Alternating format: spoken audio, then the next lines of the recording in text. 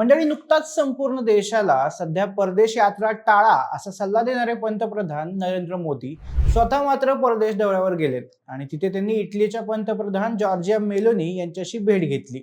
या भेटीचे फोटो आणि व्हिडिओ दोघांकडूनही सोशल मीडियावर शेअर करण्यात आले. पण चर्चा तेव्हा जास्त रंगली जेव्हा मोदींनी मेलोनी यांना मेलोडी नावाचं चॉकलेट गिफ्ट दिलं. आता पॉलिटिकल भेटी तर नेहमी होतच असतात, पण हल्ली पॉलिटिक्स पेक्षा लोकांना त्यावरचे मीम्स आणि रील्स मध्ये जास्त इंटरेस्ट वाटायला लागलाय.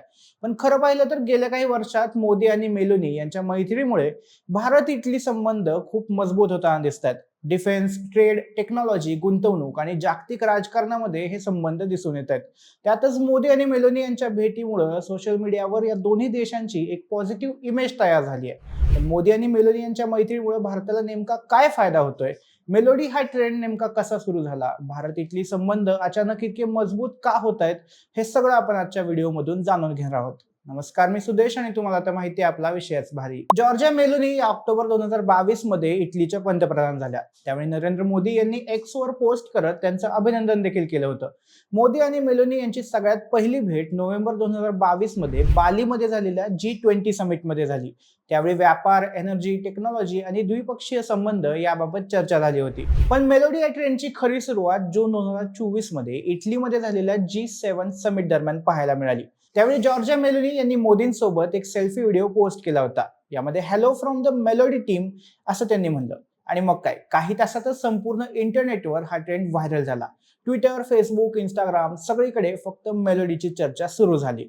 इंटरनॅशनल मीडियाने सुद्धा या मेलोडी ट्रेंडची चर्चा सुरू केली. काही लोकांनी याला डिप्लोमसी म्हणलं, तर काहींनी इंटरनेट मीम कल्चर म्हणलं. पण एक गोष्ट मात्र यातून स्पष्ट झाली की यामुळे देशातील जेनझी हे इंटरनॅशनल पॉलिटिक्सकडे आकर्षित झाली होती. आता नुकताच मोदींनी मेलोनी यांना मेलोडी चॉकलेट गिफ्ट देऊन या सगळ्या स्टोरीमध्ये आणखीन एक चॅप्टर जोडला. गमत म्हणजे यानंतर सोशल मीडियावर मेलोडी चॉकलेट बनवणाऱ्या पार्ले कंपनीची एवढ्या मोठ्या प्रमाणावर चर्चा झाली की त्यामुळे कंपनीचा स्टॉक 5% वाढून ₹5.25 पोहोचला.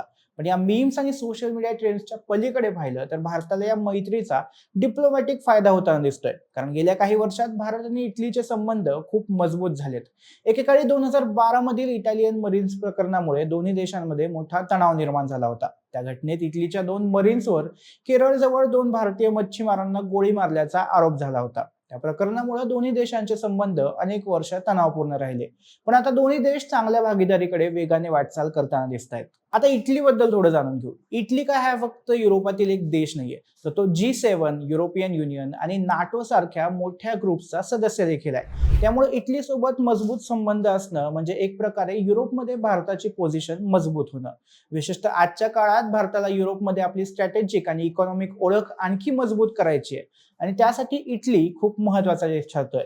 त्याबरोबर डिफेन्स सेक्टरमध्येही दोन्ही देशांमध्ये कोऑपरेशन वेगाने वाढताना दिसतंय. 2023 मध्ये भारत आणि इटलीने डिफेन्स कोऑपरेशन वाढवण्यासाठी चर्चा सुरू केल्या होत्या. विशेषतः इंडो पॅसिफिक भागामध्ये मॅरिटाईम सिक्युरिटी राखण्यासाठी दोन्ही देशांनी एकत्र काम करण्यावर भर दिला. इंडियन नेव्हीची इंडो पॅसिफिक मध्ये वाढती उपस्थिती आणि भारतासोबतचे सागरी युद्ध सराव हे त्याचाच भाग मानले जात आहेत. याशिवाय इटलीची डिफेन्स कंपनी लिओनार्डो SPA ही एरोस्पेस, हेलिकॉप्टर्स, रेडार सिस्टीम आणि सागरी डिफेन्स टेक्नॉलॉजीमध्ये जगातील मोठ्या कंपन्यांपैकी एक मानली जाते. भारत सध्या डिफेन्स इम्पोर्ट कमी करून मेक इन इंडियावर भर देतोय. त्यामुळे भविष्यात helicopter system, naval electronics, surveillance systems आणि एरोस्पेस मॅन्युफॅक्चरिंग मध्ये भारत इटली पार्टनरशिप वाढण्याची शक्यता तज्ज्ञांकडून व्यक्त केली जाते. त्याबरोबर दोन्ही देशांमध्ये डिफेन्स इंडस्ट्रियल रोडमॅपवर देखील चर्चा केल्याचं समोर आलं होतं. व्यापार आणि गुंतवणुकीच्या बाबतीत देखील भारत इटली संबंध वेगाने पुढे जात आहेत. 2023 मध्ये दोन्ही देशांमधले द्विपक्षीय व्यापार जवळपास $15 बिलियन पर्यंत पोहोचला. इटलीच्या जवळपास 700 पेक्षा जास्त कंपन्या सध्या भारतात काम करत आहेत. विशेषतः ऑटोमोबाईल, मशिनरी, लक्झरी मॅन्युफॅक्चरिंग, अक्षय ऊर्जा क्षेत्रामध्ये इटालियन कंपन्यांची मोठी उपस्थिती आहे. सेमीकंडक्टर क्षेत्रामध्ये भारत स्वतःच्या पायावर उभं राहण्याचा प्रयत्न करतोय. अमेरिका आणि तैवान सोबतच युरोपमधील तांत्रिकदृष्ट्या मजबूत असणाऱ्या देशांशी पार्टनरशिप वाढवण्यावर भारताचा भर आहे. Precision engineering, chip equipment manufacturing आणि इंडस्ट्रियल ऑटोमेशन या सगळ्या क्षेत्रांमध्ये इटली मजबूत मानलं जातं. त्यामुळे भविष्यातील सेमीकंडक्टर सप्लाय चेनमध्ये भारत इटली संबंध महत्त्वाचे ठरू शकतात.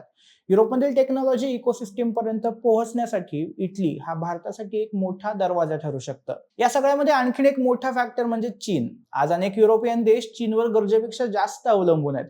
कोविड नंतर जिओपॉलिटिकल टेन्शन वाढलं होतं, तेव्हाच युरोपला समजलं की एकाच देशावर गरजेपेक्षा जास्त अवलंबून राहणं धोक्याचं आहे आणि त्यामुळे आता युरोपियन देश एक पर्यायी मार्ग शोधत आहेत आणि त्यांच्या समोर असलेला सगळ्यात मोठा आणि चांगला पर्याय म्हणजे भारत.